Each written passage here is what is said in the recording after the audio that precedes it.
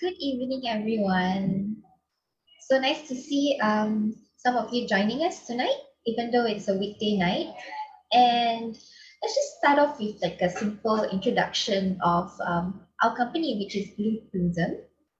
So Blueprinsm is a consultancy company that is actually specialized in child and adolescent development.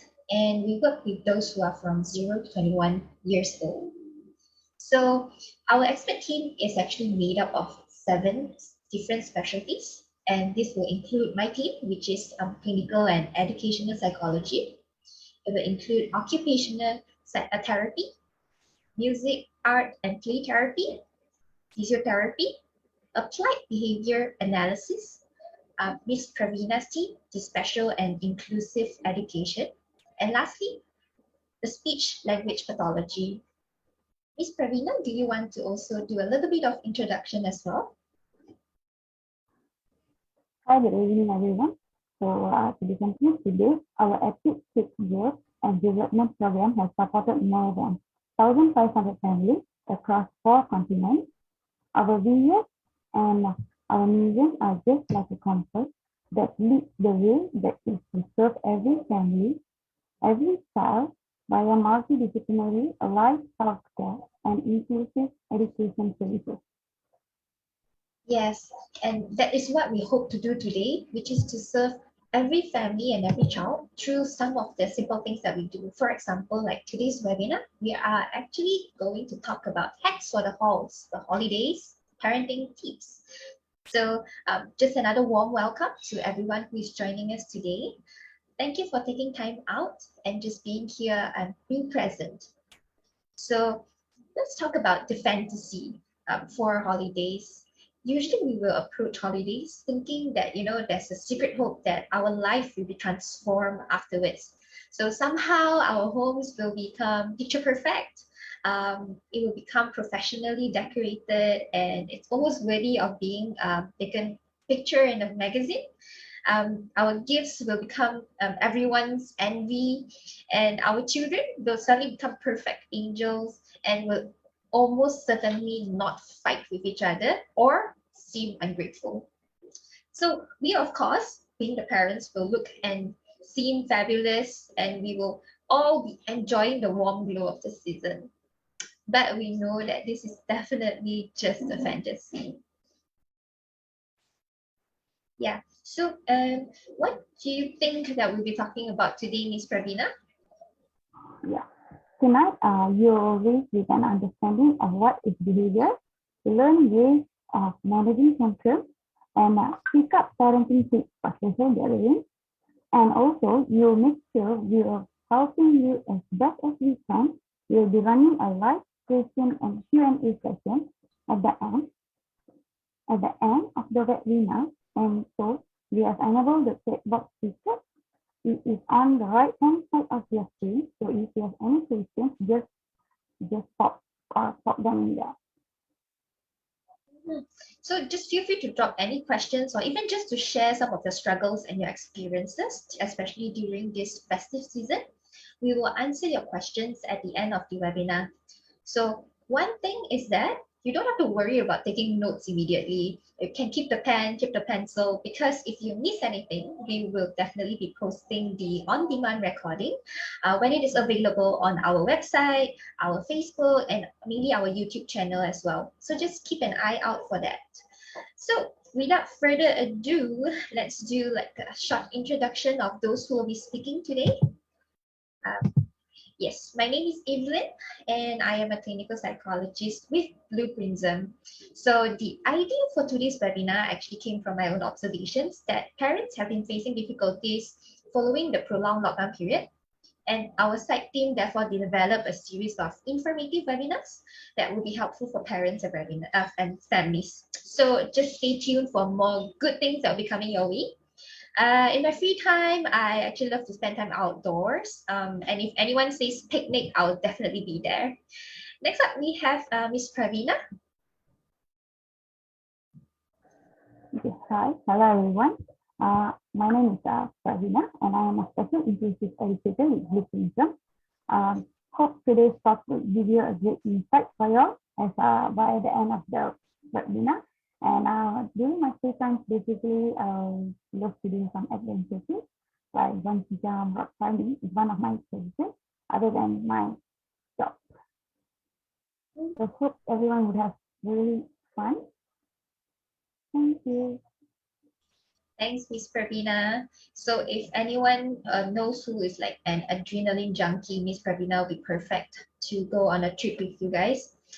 For today, we will be diving into what is behavior, how to manage tantrums, tips for social gatherings, as well as engaging activities for your child. So let's start with the first section on what is behavior. So according to Professor Katzian, which is someone that I really respect, he is a professor of psychology and child psychiatry, and he has even developed his own Katzian method of parenting. So the way he actually approaches behavior, he's saying that behavior is action that can be seen or heard. So I'm going to repeat that again. Behavior is action that can be seen or heard. That means if you want to know whether an action is considered behavior or not, you just need to, pay attention. Can you see it or can you hear it? On the other hand, thoughts, feelings, and emotions, they are not considered behavior. Why not? Let's go back to the definition. Because it is not action that can be seen or heard. Emotions is something that you keep inside. Okay, so with that simple definition, let's take a look into what is or what is not behavior. So as I show some of the pictures one by one, maybe you can also join by going to the chat box and indicating there whether you can put yes or no, whether you think what I'm showing is considered behavior or not. The first one, running. Do you think running is a behavior? Feel free to input your responses in the chat box. So the answer is yes. Running is a behavior because you can see movement. You can hear a child giggling when they're running or when they are shouting with their friends. Second one, swearing. So do you think swearing is a behavior? I'm going to give 3 seconds. Swearing is actually considered a behavior because, again, it's something that you can hear. When your child is using their voice, you can hear it, so it is considered behavior. This should be easy. Fighting. Do you think fighting is behavior or not? Yes, most definitely fighting is behavior because even if you're across the house, across the room, your children are in the living room, you're in the kitchen, when they start fighting, you can definitely hear. So yes, it's considered behavior. Crying, similarly, because you can hear and there's also action you can see. When a child is crying, the arms will be moving, the face will be scrunched up, and so because there are action that you can see, it is considered behavior. This one. Do you think feeling bad is considered a behavior? This is a question mark, huh? Yeah. So feeling bad can or can be not the behavior. So it depends. When a child is feeling bad, what happens? If it's just an emotion, we talked about it just now. If it's not something you can see or it's not something you can hear, it's not behavior. But if feeling bad makes the child cry, then yes, it becomes behavior. If feeling bad, the child is just sitting at a corner, not doing anything much, then there is no behavior. The last one, what is this? Giving attitude. So if a child is showing or giving you attitude, is it considered behavior or not?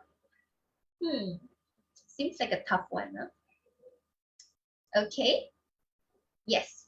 So the answer is, again, it depends. If a child is showing you attitude by, when you're saying someone, the child responds in a sarcastic manner, then yes, because you can hear, then it's a behavior. If the child is giving you attitude by slamming the door, okay, yes, it is definitely behavior because you can definitely see and hear. Okay, So now that we have learned the basic definition of behavior, let's take a look at the ABCs of behavior. The ABCs is something that you will definitely come into if you bring up any behavioral problems or difficulties with a professional. The professional will definitely be asking, what is A? A is antecedent. So antecedent means what happens before. You need to be paying attention to that. Some parents feel that behavior only starts when the thing is happening. Like my child just starts crying, or my child just starts a tantrum.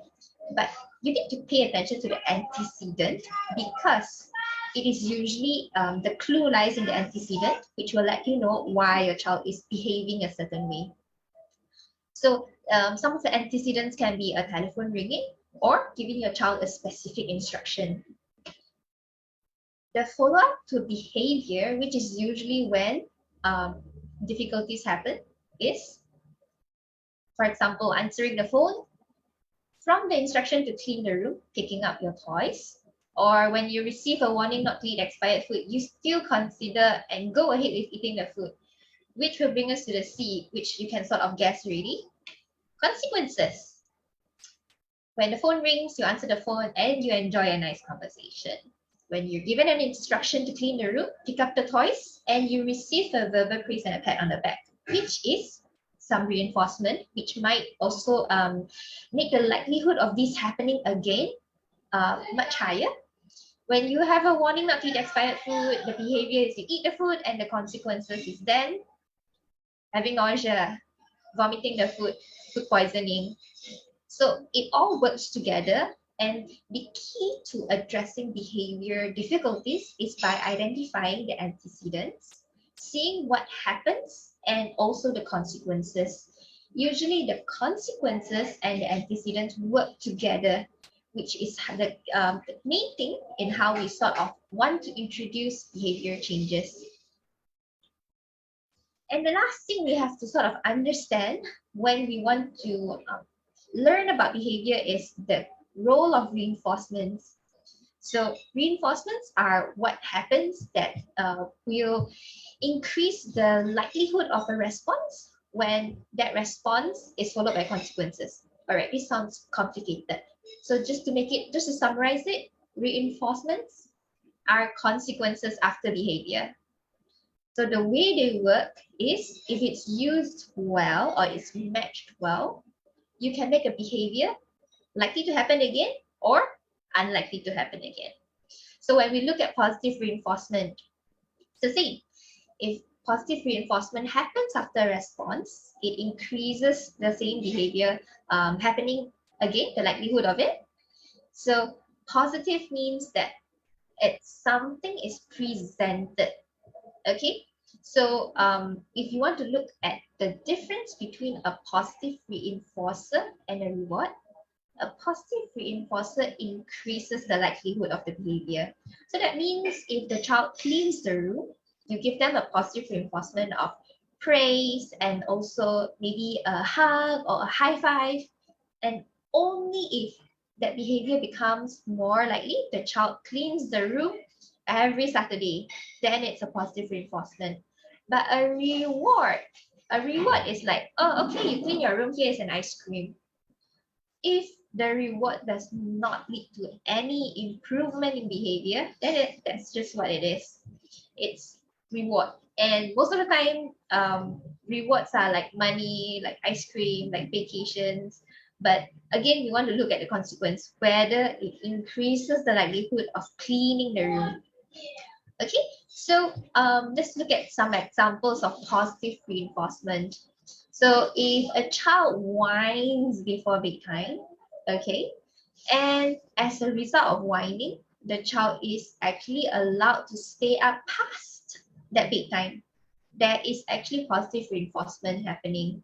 Okay, you might be thinking, how come positive means good things, right? No, because positive reinforcement is something that is presented. So whining before bedtime, what is presented or given to the child is that they are allowed to stay past bedtime. So what the child sort of subconsciously learn is that, oh, when I whine, then I can they are past my bedtime.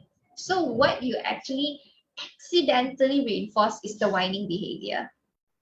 Okay, now if we look at a different example, when you receive praise after completing homework, similarly, like the cleaning the room or tidying the room example we were talking about just now, the child feels good, he gets attention after completing his homework, you give him praise, so therefore it's more likely for the child to want to complete homework after receiving praise. So if we look at negative reinforcement, usually this is the part that gives people a little bit more confusion. It's basically removing something, and that increases the likelihood of that behavior. So something is removed or withdrawn. The positive and the negative does not mean a good or a bad thing. Positive means you give something. Negative means you remove something. So a lot of people assume that negative reinforcement will work generally across the board. But it's important that when you use reinforcements, you should customize it to the individual. Sometimes it works on the same person. Sometimes person A might feel like negative reinforcement doesn't work for them. So let's look at some examples to really understand what is negative reinforcement. So when there's a loud noise from the alarm clock, okay, you might get really irritated and respond by throwing the clock across the room. Shoo, boom. Okay, and then the noise from the alarm ends. So what happens is something was removed, right? The immediate effect of what happened was the thing that you don't like, the thing that is unpleasant is removed immediately. That is negative reinforcement. So what happens is that you are much more likely of throwing the alarm clock again. And let's take a look at the second example. So if a parent nags, a nagging parent, I'm sure we can all relate to that.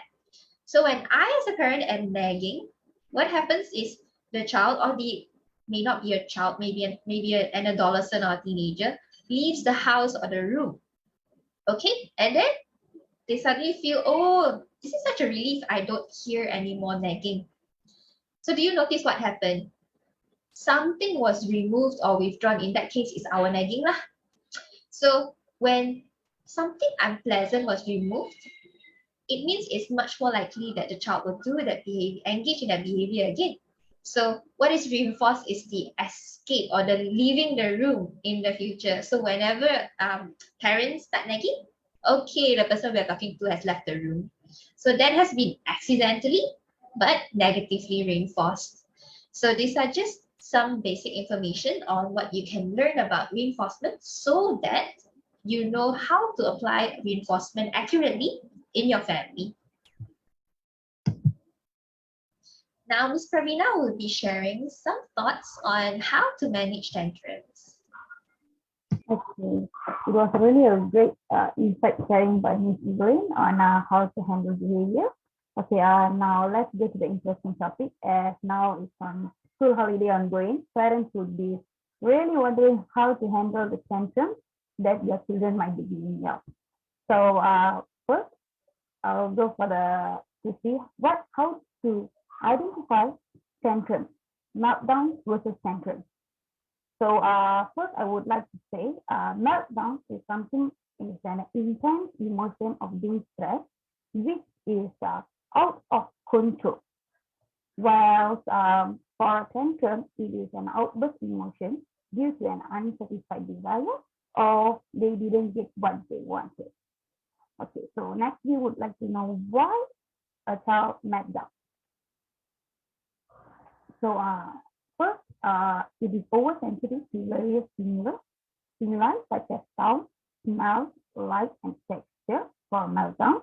Well, for tantrum, they wanted to communicate their needs, but not having the language skills to do it. So in an example, I would say that children who are in 3 years old or 2.5 years old, or children who are having speech delay, who wanted to tell a word or wanted to bring something to the parents that without verbally, they will just try to throw tantrum like crying, sitting in front of the refrigerator and throwing tantrum just because they want something from it. Okay. So next, the behavior that we can be seen in a meltdown is kicking, biting, shouting, hand slapping, and rocking. While in tantrum, we could identify by frustration, wanting attention, want something, or avoid doing something, and anger. While the last one, how to prevent meltdown in children, we would say reduce the length of time spent in public places and more physical comfort. This is an example. Some kids have find it very difficult to be in crowded place because they are lack of socialization and also they are very introverted. So we may reduce the length of time spent so that they may able to get adapt to it rather than we are bringing them into a longer length of time spent in the public place. Well, they also need physical comfort in an example like hugging, praising, right? Whatever small things that you can see the changes on themselves. It is a praising, clapping, or smiling would give them a big motivation for them. So it also would be a great motivation for them to redo it again in future. Well, for tantrum, avoid physical punishment such as hitting.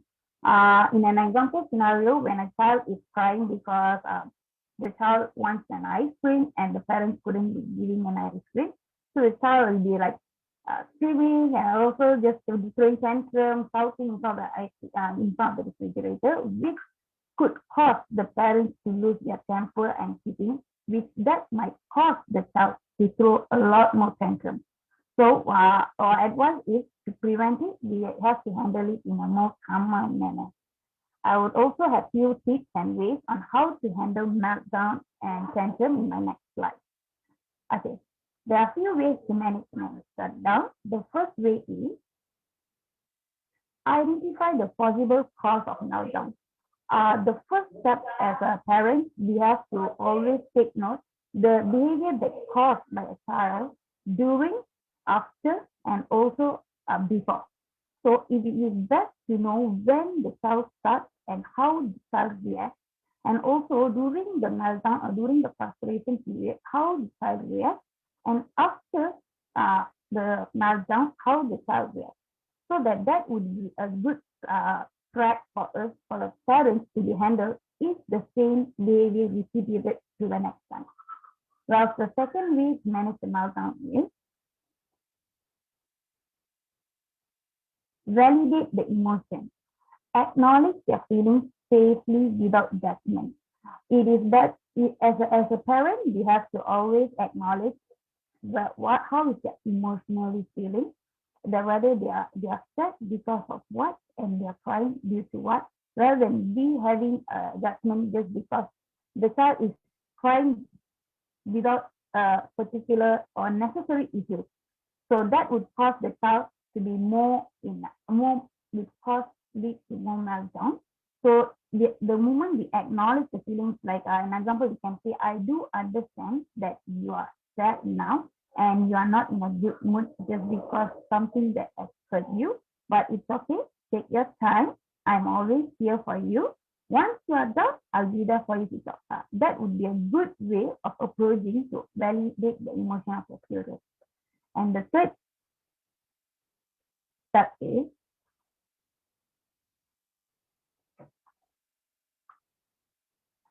minimize the potential triggers.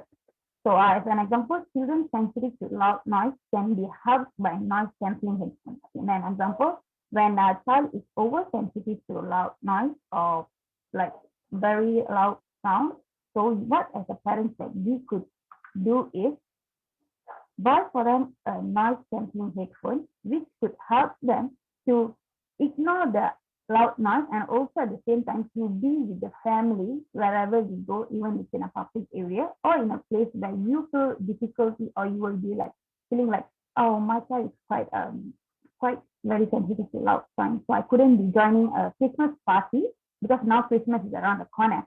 So you would want to bring your children and family to a visit to your cousin's house where your child is quite sensitive to the sound. So you could give your child that, okay, never mind, I'll give you a noise cancelling headphone. Why don't you join us there so that it will make you a bit calmer and also you could enjoy the what's around it. And also the fourth point is you give the child space when needed. Prevent your child from hurting themselves. As meltdown, as what I said, their behavior is like biting, kicking, something that can hurt themselves, which might lead to something inappropriate and also dangerous for themselves. So this is where we as a parent have to give a child space when they need it.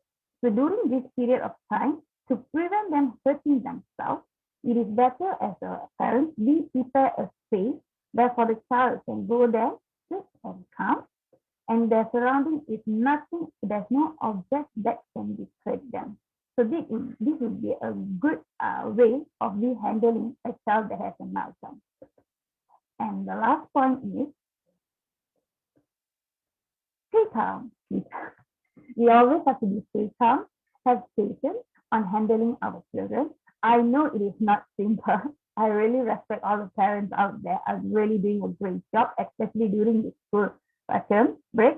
So I would say that the one way of handling being calm is we may ask the child to be count from 10 to 1. If we think it doesn't work, we may increase the number to 20, and then we may follow with them to count 20, 19, 18 in a softer voice and in a slow pace, which can make the children to be more calmer. And another way that we can help the children to be stay calm, or we can teach the children to be stay calm, is using breathing techniques. You can let the child breathe deep breathing and breathe out, or laugh loud. Make also one of a good idea for them way to reduce their meltdown. So yeah, so next I'll be sharing some ways on managing tantrums in children.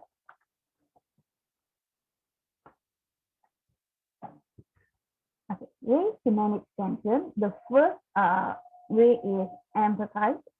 Like we avoid yelling or spanking. When we saw a child doing tantrum, or being giving an inappropriate behavior due to something that they couldn't get it, or something that they want and they couldn't have it. So as a parent, we may, instead of we yelling and spanking, which can cause them to be more worsened, we just ignore what they're doing, but our eyes should be on them. Just ignore whatever they are just doing the tantrum. By the time when we are not there, the child automatically be calm and stay quiet. And also the next strategy to manage the tantrum is distract the child. So when you don't get what they want, we might, in an example, how to distract the child is when you don't get what they want, maybe we can say we need some ice cream. Want to help me pick a flavor? Okay, in an example, when a child goes to a supermarket, the child wants to get a toy, but we couldn't manage to get a toy. So how we can distract the child's attention is like, okay, can you help mom to go and pick an ice cream? Which flavor would you like to pick? Instead of we putting the child on the playing section where it can trigger the child more. So that's how we distract the child. And the third point, reinforce positive behavior, as what Ms. Evelyn has already spoken, and also some details on positive reinforcement and negative reinforcement. I hope so parents would have more insights on how to handle it. So as an example, positive reinforcement can be praising when a child responded appropriately to a small problem, such as giving a hug, high five, reward such as something that they like, which can this will initiate the child to do more better. Now the fourth point is help undo frustration, and this is in an example I would say help them to feel a sense of accomplishment, like climbing a ladder. If let's say the child really wants to climb a ladder, but we know that at certain age or point that is not safe for the child to be climbing a ladder. So instead of we saying no straight away, which can cause them or lead them to throwing tantrum, we can give them an alternative way. Like maybe I know you are really interested in climbing a ladder, but why don't we try the ladder at the playground in our home, which is more safer for you, and at the same time you can also enjoy the same way of climbing a ladder. So that's how we help to undo the frustration in the child. The last point is move the location during public tantrum. Okay, when we see an example, when we bring a child to an open place, it can be a shopping mall, it can be a restaurant, it can be a cousin's house, where you feel that your child is doing tantrum due to some uncertainty or something that is unhappy or makes the child sad, we may bring the child to a more calmer and quiet place, which they can break themselves or let them to be calmer, where we compare to putting them in the same situation or the same location and we giving an advice would be not a very effective for the child. So I would say bring your child separately to a very calmer place, make them to exaggerate their tension. After that, we may talk to them, and once they're cool, we can bring back to the place. So I hope so. This would help all the parents out there during this period of term break to how to handle and manage tantrums in the children. So Thank you, Ms. Pravina. Okay. All right, so here we come to some of the tips for social gatherings. So this is the time of the year that we are post-lockdown. Christmas is coming. And then after that, everybody is sort of clearing leave, all the annual leave that they didn't manage to clear for the rest of the year. It's all happening now. Definitely, these are very helpful because we want to know how to manage our children during social gatherings, especially after they've been at home and maybe not to say that they don't have social interaction, minimal, and most of it virtual.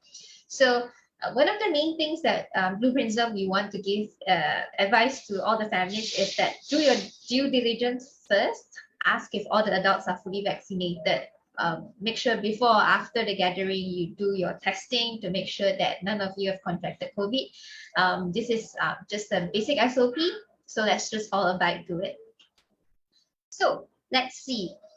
I have sort of summarized the tips for social gathering into a simple acronym called COST, cost, because we all know that there is a cost in parenting.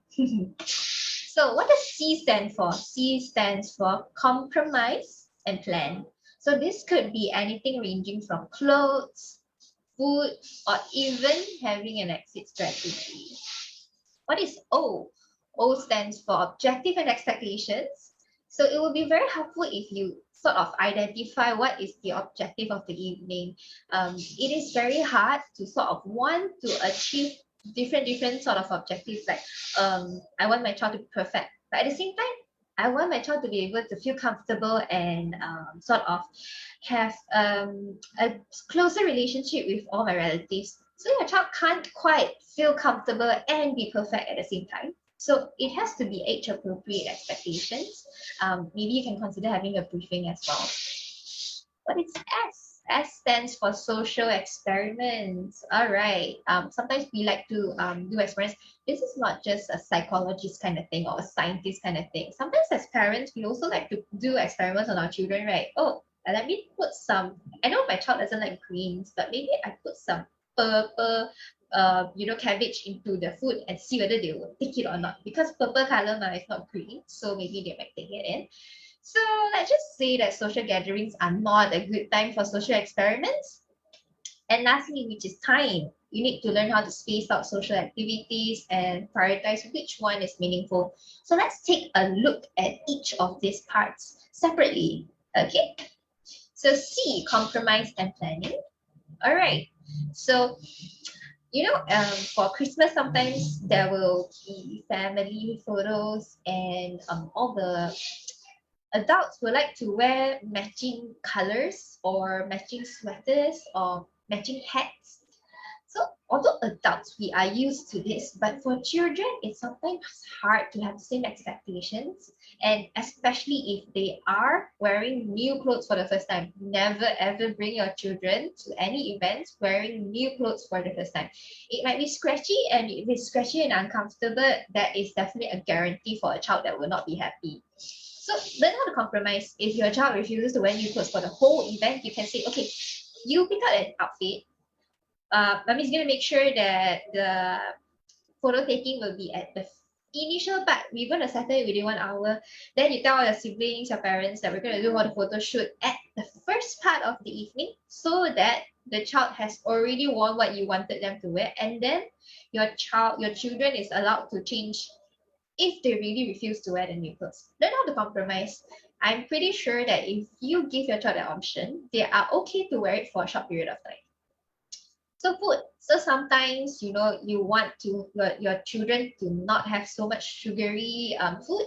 And this is usually presented in a lot of different forms during social gatherings. There might be donuts, there might be drinks, there might be cakes, all sorts of different opportunities. So on one hand, you can discuss with the host to say, can you cut down on the desserts? So chances are maybe your hosts who are also parents, they themselves want to cut down on the sugary desserts as well, but they think that you want there to be like desserts for your children. So when they realize that, oh, actually it's not really enjoyed that much, they might cut it down. Also, you can let your child know if they are at the age range where they understand specific instructions that, okay, how much sugary food, or if you want to go for cake, only 1 slice. Just keep it very simple and very straightforward for the child to be able to understand. Lastly, have an exit strategy. Some children, they might get, because they're very shy or they're very introverted, suddenly after a long period of lockdown, you're going to bring them to a social gathering where all the relatives will be there and there'll be a lot of noise, there'll be a lot of other children. They might get a little bit overloaded on the sensory side of things, like what Miss Pravina just shared just now. So it will be fun if you can have a secret code word with your children. So if they use the secret code word, right, it means that they are overloaded and they would like to either retreat to a quiet room or go home immediately. So you don't have to make it so serious lah. Okay, girl, if you really cannot tahan, let mom know, and then after that, I will tell everybody to like control or shut it down, and I will settle everything for you. So you don't have to go to all this extent. Just make it fun. Use a secret code word like Mayday or like the any word that makes sense. Coconut, Squid Game. Just make it fun. All right, so let's look at objectives and expectations. As what I mentioned just now, you need to align your objectives or your expectations. What do you want to happen that night? Is it about having fun? Is it about bonding with your family and friends? Or are you out to prove that your child is the best out of all the guests? So that means you're going to go with the intention that your child is going to sit nicely there on the sofa, not engage with other children. The back must be straight, and they're not going to be playing anything at all. And when the adults ask them any scientific questions, they can answer in a perfect manner. So what do you want as your objective? Because if that is your objective, you are definitely not going to have fun, because you'll be monitoring your daughter, making sure that she's not doing what she's not supposed to do. So your daughter will not have fun, you will not have fun. So if your objective is let everybody come out after a long while, just relax, you might want to relax some of your expectations as well. Age appropriate expectations. What is behavior that's accepted and what is behavior that is not accepted? So focus on what your child can do. If sitting still is really hard for your children, they like to run around, maybe you can tell them that running around is only accepted after dinner when there is space. So during or before, not allowed, but after that, if they want to run, you just tolerate that, because they have already agreed and abided to their side of the agreement. So you also have to agree that after dinner, they are allowed to run around. You can consider having a pre-holiday briefing with your children if they are at the age where they can share with you. For example, what do they want? Sometimes you might assume that they want a lot of things like presents, or they want an experience, they want to go to the zoo, but it may not be what they want. Maybe they just want a games night at home with you as as their parents. Maybe they just want to have a board games night. Maybe they just want to have movies, or they want to go to the cinema.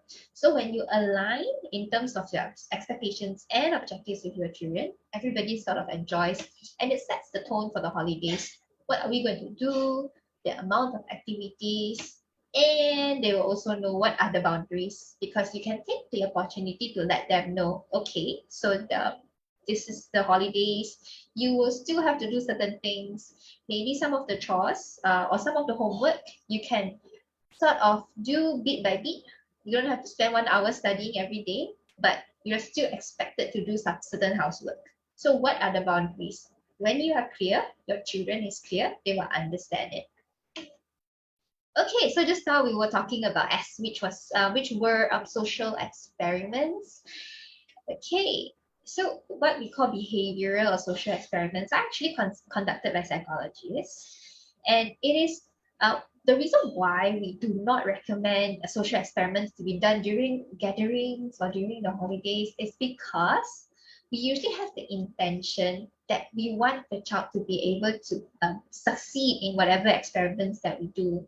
So that when they are successful, you do a lot of reinforcement, and then after that, they are encouraged to continuously show that behavior.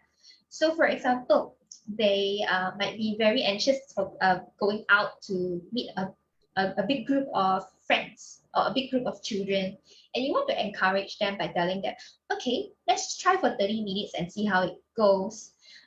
If you are going with this intention and this objective, you try to make sure that they can be successful. 30 minutes is okay. Maybe you make sure that they are well rested, you make sure that they have enough snacks, and then you have your exit strategy. So when your child is able to do that, then they are more encouraged. But what happens most of the time is that parents will be conducting social experiments by themselves without letting their children know what is happening. So I will test my son out. I'll bring him to this social gathering. We're going to my uncle's house next week. If my son cannot behave himself, then I'm never going to bring him out again. So that's unfair for your son because he doesn't know all this is happening. And because you haven't discussed with him what is expected, he is not going to behave according to how you want him to behave. And that is not ensuring success. Okay, so our process by psychologists, we definitely use pre-post measurements. We approach it like a scientist. We want to make sure that they are aware of what's going to happen and they know what's going to happen after that. And therefore, the outcome is that maybe certain assumptions, okay, I'm going to join a group of other children and they all won't like me. So we want to overcome sort of assumptions by ensuring their success, and then they will be more likely to join other children.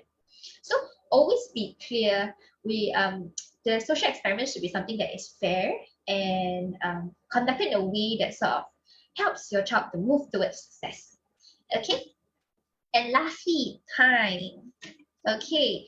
So for the whole period of, I think just this one coming week, there's already Christmas, there's Boxing Day, and then after that, year end is coming. So there will definitely be a number of events. If you think that it is getting a little bit too much, it's okay to say no. Maybe just go out one time in 1 week or 2 weeks time, so that it's appropriate and you can manage it better, and your children will not be tired.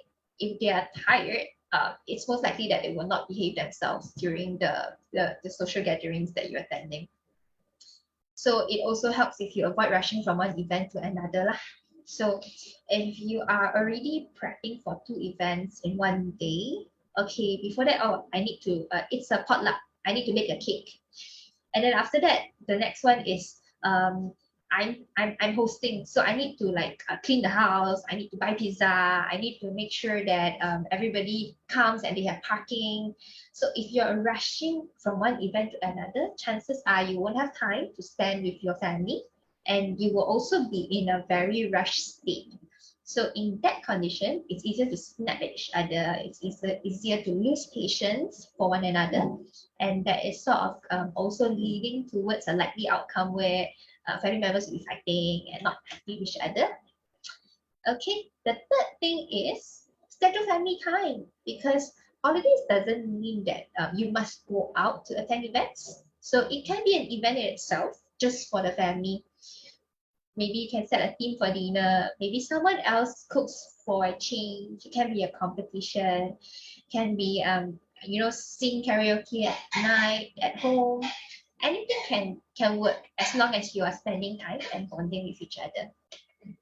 So just remember that a rested family means a happy family. And with that, I'm going to pass the time to Miss Pravina to share about what are some of the activities that are suitable for your children. Yeah, okay. I hope so. Everyone had a lot of information for y'all to digest from our first topic to now. So let's have some relaxing topic which can give you some relaxation and fun. So I have few list of games that the parents and child can be done, and it's an engaging activities for your children. So the first I would like to start with an activities that can increase the bonding with the parent and children. There is a four choices from my idea. First is testing game. Testing game in a way of giving let's test food like fruit. You can have a strawberry, which is sour, sweet, something spicy, something bitter. That would be really fun to be done as with a parent and a child. It gives them a great insight and also increase the fun and the bonding. Second is car wash. Bring your child to wash the car together with you, and also playing with the bubbles and while washing the car, and also with the water pipe. Third would be the hand print painting, which you all can see the examples on your left hand side. The side, which have also a few examples shown, which are like you painting your child's palm and your child is painting your palm, and also sticking it on your paper or on a wall where you can do anything, which gives them a great bonding and also fun for them. The fourth game would be coin rubbing. This game I would introduce because of some children like the noise when you are using a coin and also putting on the paper and you're coloring. This one type of noise, which that also makes the children to be engaging and fun. And the next thing that we can think is like all the parents are busy and also want some personal time where they're also out of idea what games to be given, and because they have already think a lot. So I would recommend you guys like doing a cornflower slime, which is really very cheap and reasonable and can be found in your kitchen area. Just get a cornflower and then just get a food watercolor and then just mix it up with the water. And at a certain texture, you'll get a slime kind of texture, which you can just give it to your child to be played alone and have fun. And next would be a frozen toy. This would be like, okay, take a Tupperware, a bowl, and then with your child, put in all the toys that your child loves. It can be a animation, it can be a Lego, it can be a shark, whatever that the child loves it. And then you put it in the refrigerator, freeze it, and then once the time comes where maybe parents need to go for an appointment, which the child should be left alone. So we can give just for 5 or 10 minutes. So we can just give the ice, the freeze ice with the pulse, just put it in a outdoor place so that the child can feel the ice, hit the ice with the hammer, just scoop it and just have fun with it. And the third would be coloring. Most of the children love to color. So it will be also one of the great activities to be done individually for the children or to get into their own way also on coloring. And the fourth would be Legos and building blocks. And also next, I would also have activities for sensory play. Sensory play activities is for tactile, which also gives the senses for the children and also getting used to it, because few children might have some texture problems. Some might have very sensitive to touching sticky things, slimy things. So sensory play plays a very big role in every children's daily life. So the first thing that we can do is homemade musical instruments, which we can do it in a store. We can put it some glitters and water, and we can also put it like pearls, beads, marbles to give different types of sound when you shake the bottle. And the next would be the kinetic sand. Kinetic sand is one of a good activities that can be done, which gives a good sensory activity to build castle using the sand or to just copy a shape. Maybe it can be a shark or anything that they might have fun and also make them engaging.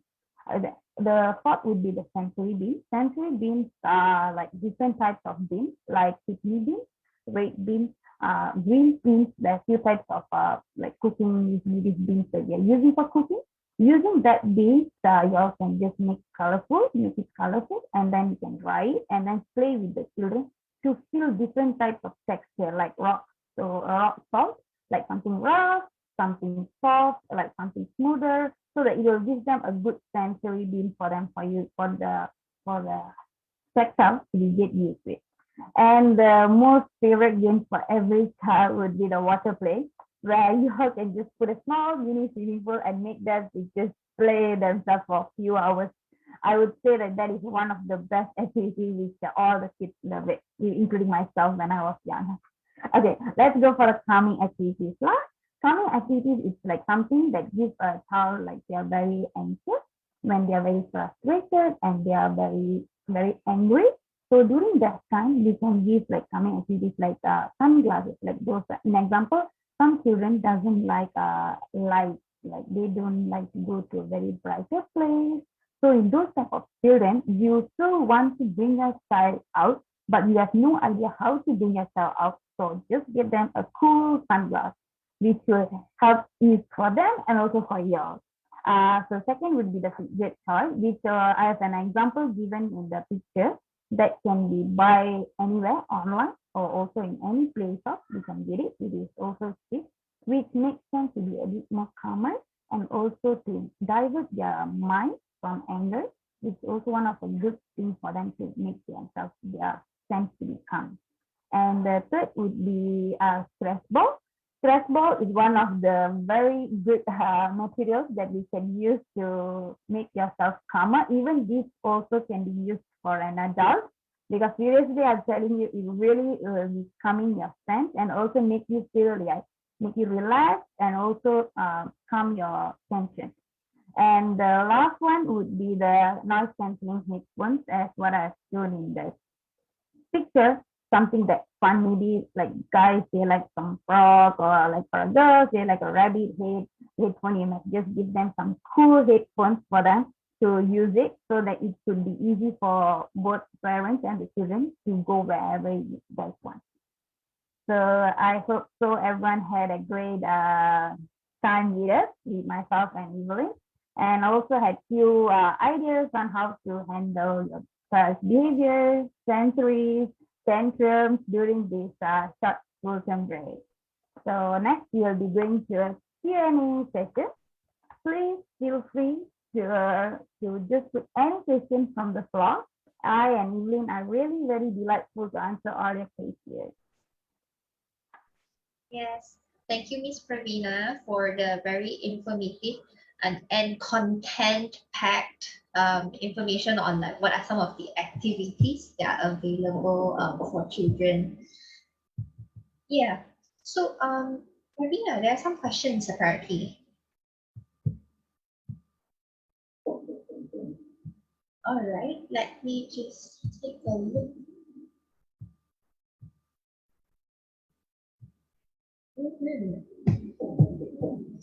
So Miss Pravina, do you want to take this question?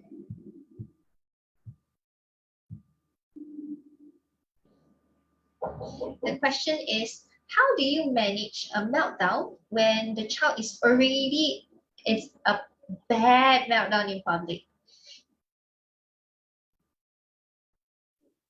That meltdown in a public. First, as what I would say, we have each and different children have different types of behavior and also different kind of reaction. So first, I would say as a parent, you have to identify your child first, because some child, as what I said in my example, some children they will be much calmer. Bring out from that place and put it them in a calmer place, like to the car park or to the nearest bathroom or to anywhere that is safe for them to throw the tantrum, rather than holding the tantrum during the public space. So first I would say it like depends on the child. First thing you may try this is, even though it's a child that is really very, very hard to handle, even that child, you can give some time. It will take some time. Just bring your child in a calmer way, be calm. Bring your child to a specific space, like if it's a shopping mall, the nearest that you can go is the bathroom. So just bring your child together with you to the bathroom and let the child throw the tantrum, be with your child, calm and relax. Once the child calmer, then you need to talk to the child and understand what is the reason the child is throwing the tantrum. Maybe the time the child might be explained to you, then you can solve it together. I hope so it answers your question. Yeah, thanks, Miss Pravina. So what you're essentially saying is that when a child is already in a very bad meltdown, especially in public, the first thing that parents they should be doing is by removing the child from the environment. So I remember quite distinctly that that was one of the points that Miss Pravina was sharing with us earlier in terms of the environment, because what Miss Pravina said was that you might not know, but certain things from the environment is continuously triggering them. So when you bring them away to a safer environment, it might be the first step to helping your child calm down. So there is a second question that says, what are some good activities to play with primary age children? So this will probably, I'm assuming that it's ranging from 7 years old to about 12 years old. Okay, some good activities to play with these primary age children. Miss Pramina, do you want to take this question? Yes, I will do. Okay. As they are going to a primary school, maybe they are more towards an educational part. To make it more fun rather than just teaching them using a book, we can use all those sensory plays like take a stand and we just write the alphabet A, B, C, D, introducing the alphabet to them.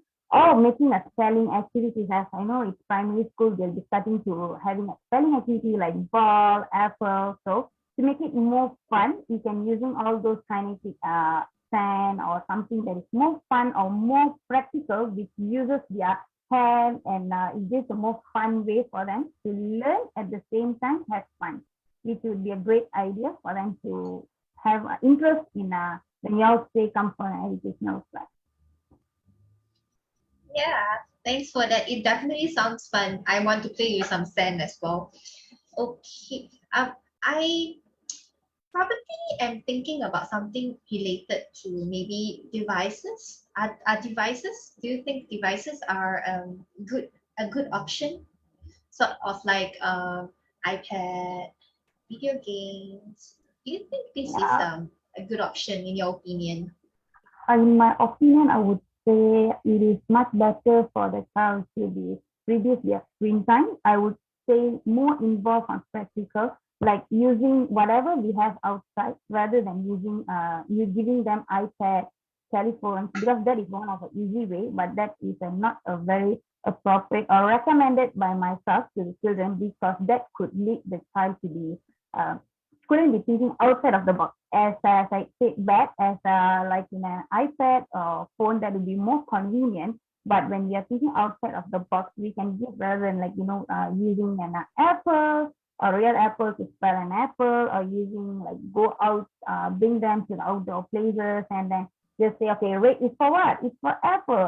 That will be more engaging, more fun, and also makes the child to be exploring more things, and also will create the child to increase their creativity level. Thanks, Ms. Pravina. So there you have it from the special and inclusive educator in terms of like screen time, if possible, kept to a minimum because we want them to be creative, to learn how to think out of the box.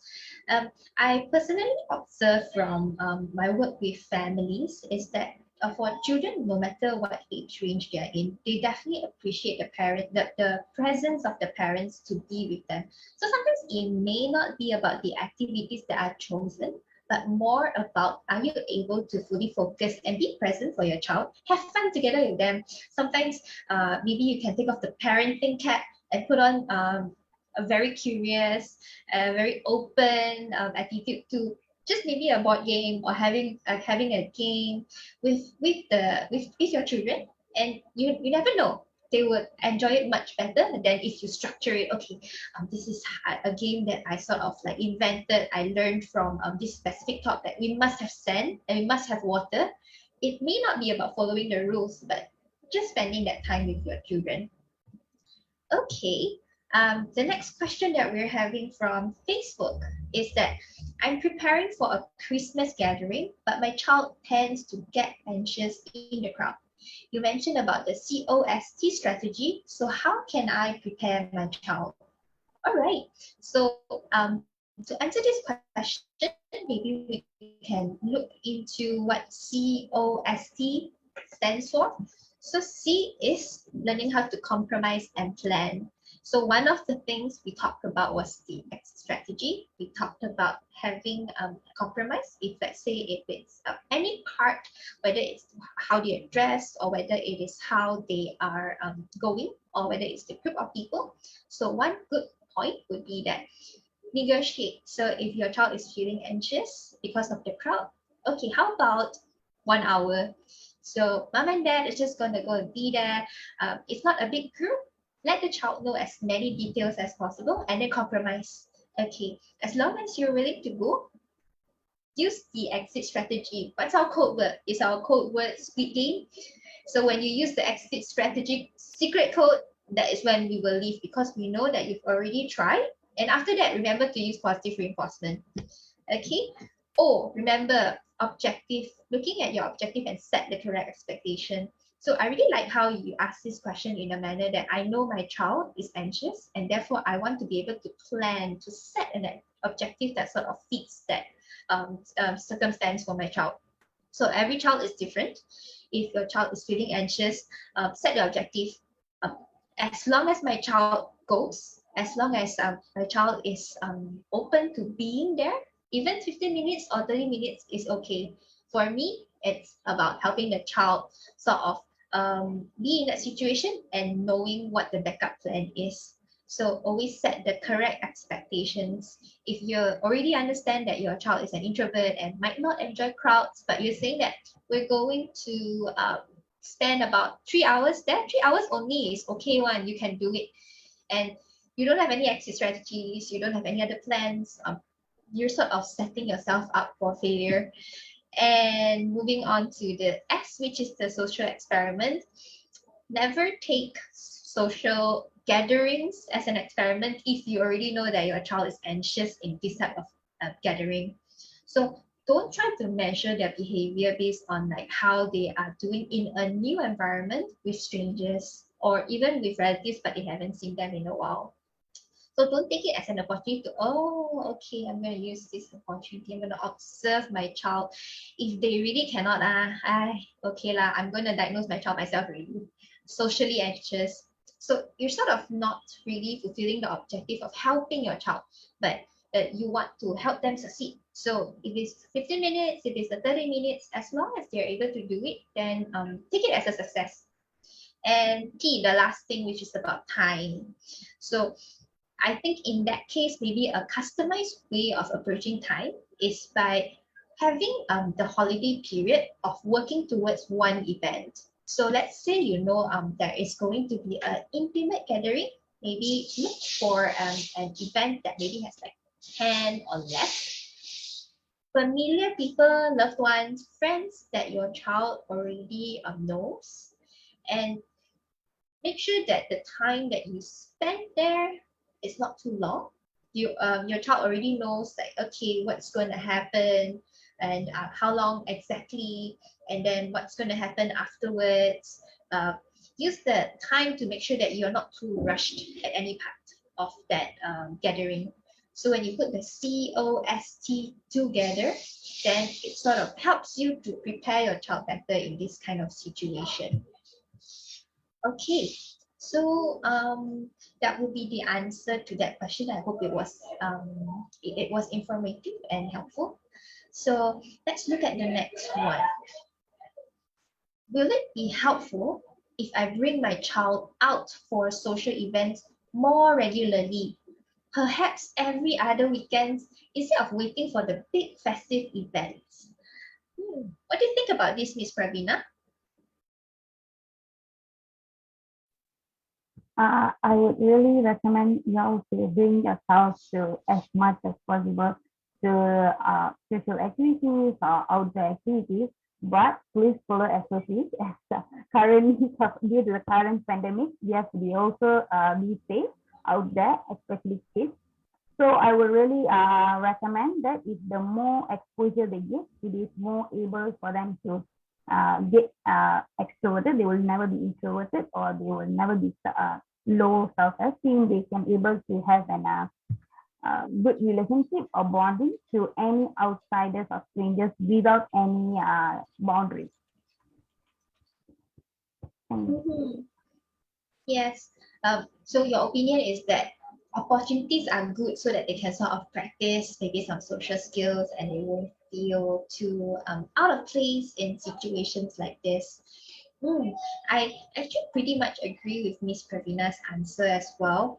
But number one, it's a little bit hard to sort of say I want to bring my child out every other weekend currently because of all the SOPs in place. Some children are vaccinated, some are not. So just understand that there probably will be still some limitations. That's one.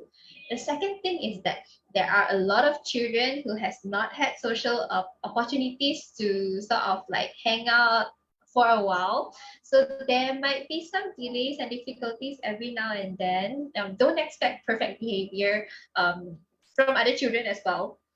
So this is something that we hear from the schools and the educators that we are working with as well, that the pandemic has definitely changed a lot of things, and one of it is the social skills of children. So yes, if there are opportunities, safe opportunities to help them sort of socialize, by all means, go for it. Don't overload your child though. Make sure that it is at a pace that they are slowly comfortable with. I hope that there won't be too sudden changes. So if you already understand that your child may tend to be more anxious, then yes, slowly work towards one event. Don't work towards a big event, but slowly work towards one small event. If you're saying that your child is more extroverted, they like to engage with other people, then yeah, go for more social events regularly. And I would say always try to customize it based on your child. Yeah. Okay. Let's see what are some of the other questions. I hope that one was answered.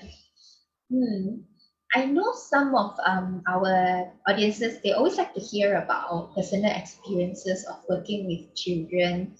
Miss Pravina, maybe from some of the cases that you work with, like what do you think are some of the reasons why a child may still be having a lot of tantrum or issues with tantrum, even after the parents try to implement how to try to stop or try to help the child?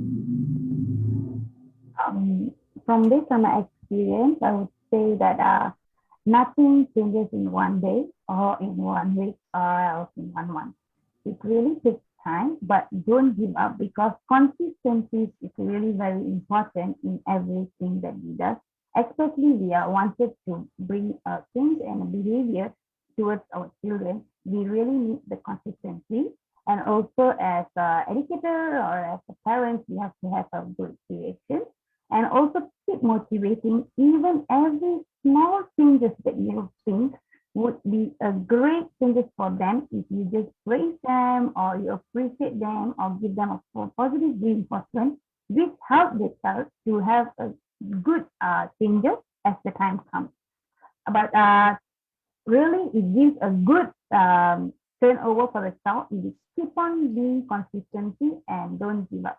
Because what I see from my experience is really discipline and consistency just gives a great outcome. Just that we have to always apply that and applicable that towards the children so that they get used to it, they get installed in their mind, and it always engage them. Thank you for that very insightful answer. At Blueprinsm, consistency and routine is something that we always emphasize with the families that we work with, whether it's from my team, the psych team, psychology team, or whether it's the educator team. So we always want to emphasize that consistency, and also the expectations is set in a way that to know what's going to happen. So maybe in a way, it's also saying that the parents' mindset is important as well. If you are picking up skills from webinars like what you learned today, try to not expect like immediate changes like what Miss Pravina said just now. Apply consistently, and we can say with all confidence that when it's applied consistently, when it's the child receives the same strategies or the same way of managing it from different adults in their lives, usually you will also see consistency happening in their behavior. Yeah, maybe just one point that I would like to add on to this would be sometimes pay attention to the consequences or the reinforcements that might accidentally given. So just add on to the question just now, which was why sometimes my child still has tantrums, even though we are already trying different ways of doing things. It seems like we don't see any changes. It could be that some reinforcements might be going on unconsciously. You might be reinforcing the wrong behavior, like my example just now.